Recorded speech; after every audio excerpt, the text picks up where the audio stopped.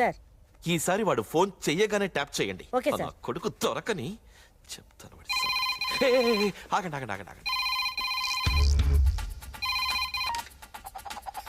ఏంటి పప్పు, పనులు మానేసి అందరూ ఫోన్ కోసం వెయిటింగా? ఏయ్ సిద్ధార్థ, నువ్వు చెప్పిన పనులన్నీ చేశాను కదా, ఇంకా నా వరాన్ని నాకు అప్పగించేయి. మూఢ వస్తే 3 నెలల దాకా ముహూర్తాలు లేవట. ఆహా, అయితే ఓ పని చెయ్యి, నువ్వు అర్జెంటుగా నీ పదవికి రాజీనామా చేసి రాజకీయాల నుంచి పర్మనెంట్గా తప్పుకో. రేయ్, ముక్కలు ముక్కలుగా నరికి పోగులు పెడతాను. వింటున్నాను కదా అని మీటింగ్ పెడుతున్నావా? ఓ ఓ, ఓ, గొంతు మారుతుందేంటి? ఆ? అది కాదయ్యా సిద్ధార్థ, ఇప్పుడు నా పదవితో నీకొచ్చిన ఇబ్బంది ఏంటి చెప్పు? ఇబ్బంది నాకు కాదు, జనానికి.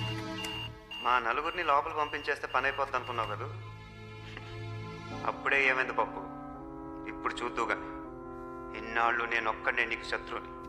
ఇప్పుడు నాలాంటి వాళ్ళు 100,000 వేల కొద్దీ పుట్టుకొస్తారు. రాయ్, నిన్ను రాజకీయ గూండాల్ని తరిమి తరిమి కొడతాం.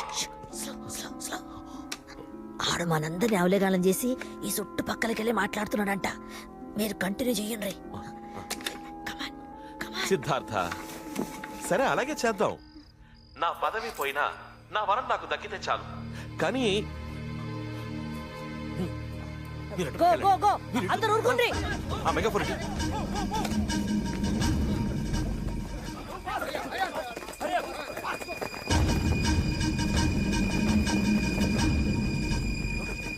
రేయ్ సిద్ధార్థ, లొంగిపో.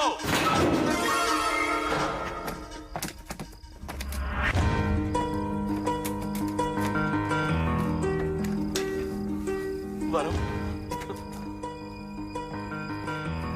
సార్ ఇక్కడ చూడండి. వీడు ఏకంగా పోలీస్ హెడ్ క్వార్టర్స్ కి బొక్క పెట్టాడు. ఇంతకంటే అవమానం ఉందా?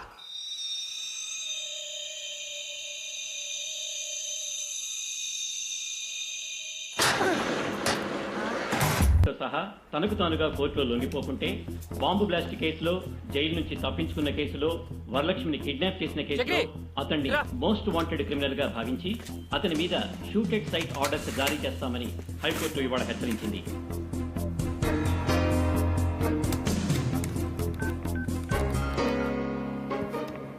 చెప్పరా, 48 గంటల లోపల లొంగిపోతే కనిపిస్తే కాల్చేయమని హైకోర్టు ఆర్డర్స్ పాస్ చేసింది.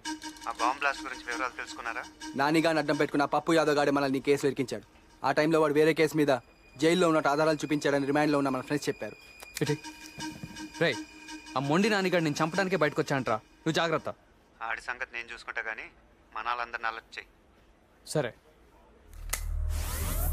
కోర్టు నాకు 48 గంటలు గడువు ఇచ్చింది. నేను నీకు 24 గంటలు గడువు ఇస్తున్నాను. మర్యాదగా నువ్వు చేసిన నేరం కోర్టులో ఒప్పుకోవాలి. నేరమా? నేను చేశానా? ఛా, నువ్వు చేసిన నేరాలు ఏదో పెద్ద లెక్క కాదనుకో. టెర్రరిస్టులుగా మా మీద మోపిన నేరాన్ని నువ్వు మర్యాదగా కోర్టులో ఒప్పుకోవాలి. నేనే మిమ్మల్ని ఇరికించానని చెప్పడానికి సాక్ష్యం ఏముందిరా? ఆ ఒంటి చేతి మొండి నానిగాడు నీ పక్కనే ఉండుంటాడే, వాడే సాక్ష్యం. రేయ్, రే మొండి, మర్యాదగా నిజం ఒప్పుకో, లేకపోతే ఒకసారి చెయ్యి పోగొట్టుకున్నావు, ఈసారి అన్ని సామాన్లు పోగొట్టుకుంటావు. రే పప్పు, వరలక్ష్మి ఒట్టిగా నా దగ్గరకు వచ్చింది, కానీ నీ దగ్గరకు మాత్రం ఒట్టిగా రాదు. 10 మందికి మంచి చేయటం కోసం నీలాంటోడికి చెడు చేయటానికి కూడా వెనకాడు.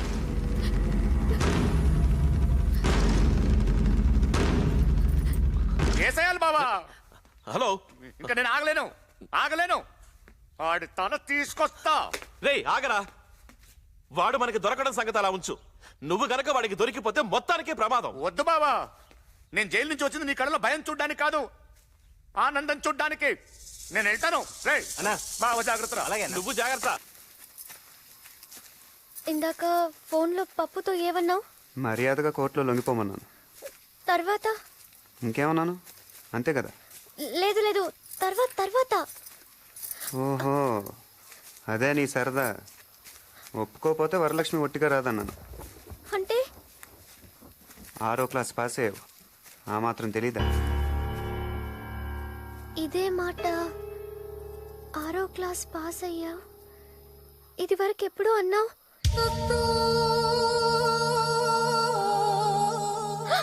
అంటే ఈసారి నిజంగా అన్నంత పని చేస్తావా? నిజంగా అంటే అబద్ధంగా ఏమైనా చేశానా? లేదు లేదు, ఏం చేయలేదు. నువ్వు మరీ అంత చెడ్డోడివి కాదు కదా. మరీ అంత మంచోడిని కూడా కాదు. అంటే అంటే 10 మంది మంచి కోసం మంచోడిని కాదనిపించుకోవటానికి కూడా వెనకాను. కొంచెం కన్ఫ్యూషన్ గా ఉంది. అర్థమయ్యేలా చెప్తావా? ఇప్పుడు నన్నేం చేస్తావు? నువ్వు అనుకున్న పనే చేస్తాను. దానికోసమే చూస్తున్నా.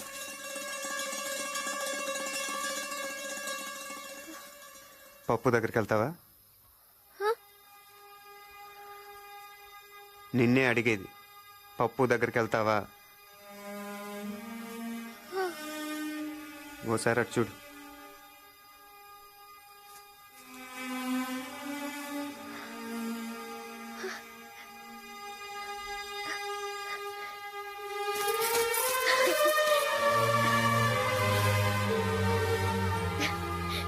నాకు ముందు నుంచి అనుమానంగానే ఉంది నువ్వు మంచోడివేనని.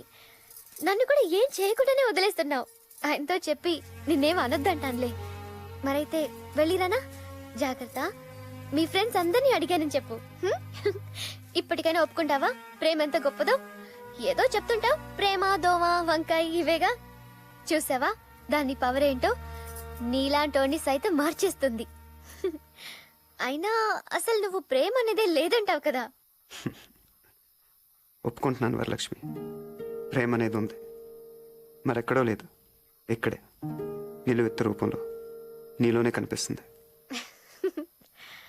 నీ ప్రేమను చూసి అందరూ గర్వపడాలి వరలక్ష్మి, జాలి పడకూడదు. పప్పు యాదవ్ ఒక గూండా, ఒక రౌడీ. ఇవాళ అతను చేసే తప్పులకు అతను ఒక్కడే బాధ్యుడు. రేపు అతను చేసుకుంటే నువ్వు కూడా భాగం పంచుకోవాల్సి వస్తుంది. నీలాంటి అమాయకులు ఆ గుండాలకు బలైపోయినా మా లక్ష్యం నెరవేరినట్టే. ఒక్కసారి ఆలోచించి వరలక్ష్మి, కావాలంటే మీ ఊళ్ళో మీ బామ్మ దగ్గర నేను వదిలిపెడతాను. గోదావరి దాటొచ్చిందండి. గోదావరి అంత లోతుగా ఆలోచించు.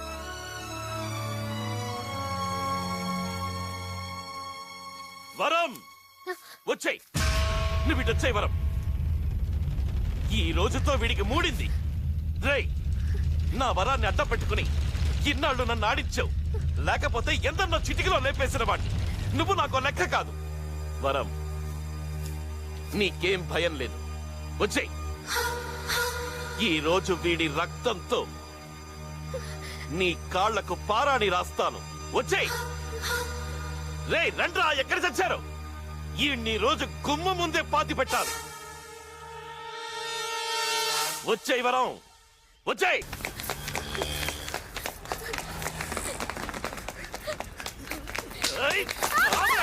ఎక్కడికి పోతావు?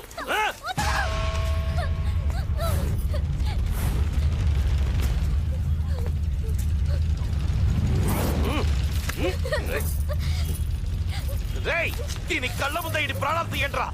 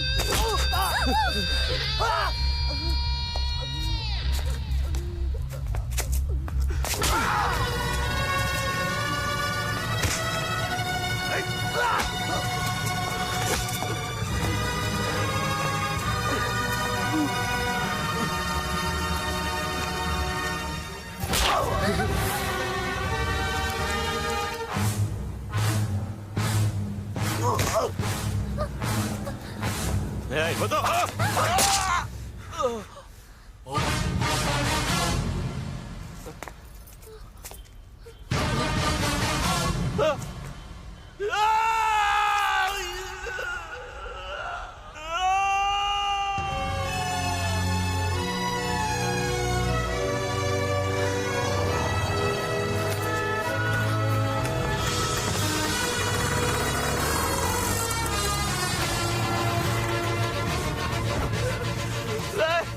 కత్తి పాలలోకి దిగబడిపోయింది తీయండిరా. ఏయ్, కత్తి రోడ్లోకి దిగబడిపోయింది లాగండిరా. లాగండిరా. తీరా.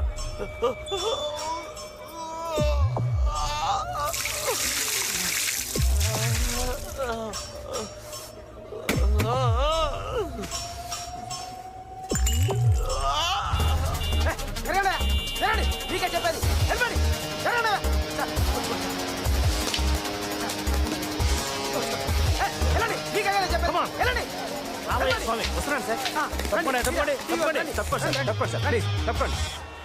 హలో ప్రతిమ ప్రతిమ ప్రతిమ వినిపిస్తుందా నీకు? లైవ్ టెలికాస్ట్ అంతా రెడీయేనా? ప్రేక్షకులకు విజ్ఞప్తి, వరంగల్ పట్టణంలో హోంమంత్రి పప్పు యాదవ్ గారి కారులో కత్తి గుచ్చుకున్న సంఘటన ఇక్కడ సంచలనం సృష్టిస్తోంది. ఆ దృశ్యాలను మనం ఇప్పుడు ప్రత్యక్షంగా వీక్షిద్దాం. నమస్కారం మినిస్టర్ గారు. ఏయ్, ప్రత్యక్ష ప్రసారమా? అవును సార్. ఇదేమన్నా లైవ్ ఓపెనింగ్? ఎందుకు ఇదంతా లైవ్ కవరేజ్? సరేవారు సార్, మీరు ఇప్పుడు ఆ దృశ్యాలు మనం ప్రత్యక్షంగా చూడబోతున్నాం. ప్రతిమ హోమ్ మినిస్టర్ గారి కారులో కత్తి గుచ్చుకోవడం వల్ల ఈ ప్రాంతం అంతా కూడా రక్తంతో తడిచిపోయింది. ఇప్పుడు హోమ్ మినిస్టర్ ఇచ్చుకున్న కత్తిని మనం స్పష్టంగా చూద్దాం. కెమెరా కత్తి మీద పెట్టవయ్యా. ఇది మోకాలయ్య స్వామి. హోమ్ మినిస్టర్ గారు ఆర్తనాదం, హోమ్ మినిస్టర్ గారు ఆర్తనాదం చేస్తున్నారు, బాధతో విలవెల్లాడిపోతున్నారు. ఇప్పుడు ఈ సంఘటన మీద ప్రజా స్పందన ఏమిటో మనం తెలుసుకుందాం. రాష్ట్రంలో లా అండ్ ఆర్డర్ పరిస్థితి ఎలా ఉందో మంత్రి గారి కాలు చూస్తేనే తెలుస్తుంది. కలియుగంలో ధర్మం ఒంటి పాద మీద నడుస్తుందని చెప్తారు, కానీ ఇక్కడ పరిస్థితి చూస్తుంటే నిజంగా ఒంటి కాలు మీద నడుస్తున్నట్టుంది. ఆ సిద్ధార్థ అమ్మాయిని తీసుకొని పారిపోతున్నాడండి. అప్పుడు అటో 10 మంది ఇటో 10 మంది రౌడీ వ్యధలు వచ్చారండి. ఇంకేముందండి, బాగా కుమ్మి పడేశాడండి. మరి ఈయన రౌడీయే కదండి. మంత్రి గారు ఫేస్ క్లోజ్, ఫేస్ క్లోజ్. ఆ అమ్మాయిని తీసుకొని ఈయన పారిపోతున్నాడండి. అప్పుడు ఆయన ఊరుకుంటాడా, ఒక కత్తి అందుకొని కసిక్ర పాదంలో దిగేశాడండి. కాలు క్లోజ్ పెట్టు. నిజంగా కత్తిల పాదంలో దిగటం లైఫ్ లో ఫస్ట్ టైం చూస్తున్నానండి. ఇది నా అదృష్టంగా భావిస్తున్నాను. ఇతను క్లోజ్ పెట్టు, ఇతను క్లోజ్ పెట్టు. అంబులెన్స్ లో వైద్య బృందం వస్తున్నది. వారు ఇప్పుడు మంత్రి గారిని పరీక్ష చేసి మంత్రి గారి కాల్లో గుచ్చుకున్న కత్తి తీసేస్తారో కాలే తీసేస్తారో బ్రేక్ తర్వాత. తప్పకుండా డాక్టర్లు కొంచెం చోటివ్వండి. తప్పకండి. కత్తి లోతుగా దిగినట్టుంది. డాక్టర్లు ఇప్పుడు మంత్రి గారి కాళ్ళను శుద్ధి చేస్తున్నారు. డాక్టర్ గారు, పరిస్థితి ఎలా ఉంది? ఇప్పుడప్పుడే ఒక అంచనాకు రాలేకపోతున్నాం. Don't disturb. Don't worry sir, కత్తి తీసేస్తారు, కత్తి రాకపోతే కాలు తీసేస్తారు. ఓ గుణపం తీసుకురండి. గుణపమా? ఓహో, ఇప్పుడు గుణపం తీసుకొని మంత్రి గారు సిద్ధార్థ మీద పగ తీర్చుకోవడం కోసం బయలుదేరబోతున్నారు. అది పగ తీర్చుకోవడానికి కాదండి, మట్టితో సహా కాలు తీయడానికి. ఓహో, ప్రతిమ ఇక్కడ ఒక చారిత్రాత్మక సంఘటన చోటు చేసుకోబోతున్నది. ఇప్పటి వరకు మనకు వరంగల్ అంటే కేవలం కాకతీయులు మాత్రమే గుర్తొచ్చేవారు. కానీ ఇక నుంచి గోన గన్నారెడ్డి వారసుడైనటువంటి సిద్ధార్థతో పాటుగా ఇప్పుడు మొత్తం మట్టి గడ్డతో పాటు పెకలించబడబోతున్నటువంటి హోంమంత్రి పప్పు యాదవ్ గారి కాలు కూడా చరిత్రలో చోటు చేసుకోబోతున్నది. ఈ కాలే కాలు, ఈ అదృష్టమే అదృష్టం. ఇదంతా కళ్ళారా చూస్తున్నటువంటి మనం కూడా అదృష్టవంతులమే. కత్తి తీసేస్తే కాలు చరిత్రలో ఉంటుంది, కాలు తీసేస్తే కత్తి చరిత్రలో చోటు చేసుకుంటుంది. కత్తో కాలో కాసేపట్లో హాస్పిటల్లో చేరబోతుంది. అప్పటి వరకు చిన్న బ్రేక్. ఎంత పని అయిపోయింది బావా. నీ కళ్ళలో ఆనందం నింపుదామనుకుంటే నీ కాళ్ళు కత్తి దింపుతాడా? ఇప్పుడు నేను చూపిస్తా ఆడికి మండినానంటే ఏంటో అని.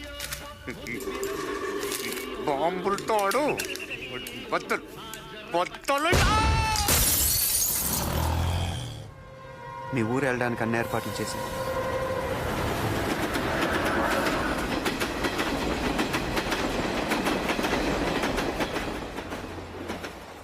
పప్పు యాదవ్కి ఇప్పుడు దాకా నేను ఒక్కని శత్రువుని.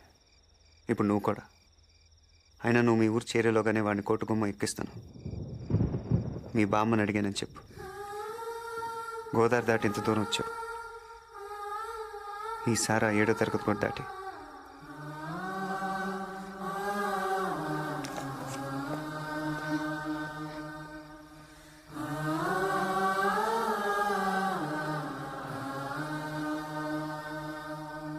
అయితే హాస్పిటల్లో మన మెడికల్ అందరినీ అలర్ట్ చేయండి. కాల్ పరిస్థితి ఏంట్రా? మొన్న గడ ఎక్కడున్నాడో తెలిసింది. పదండి.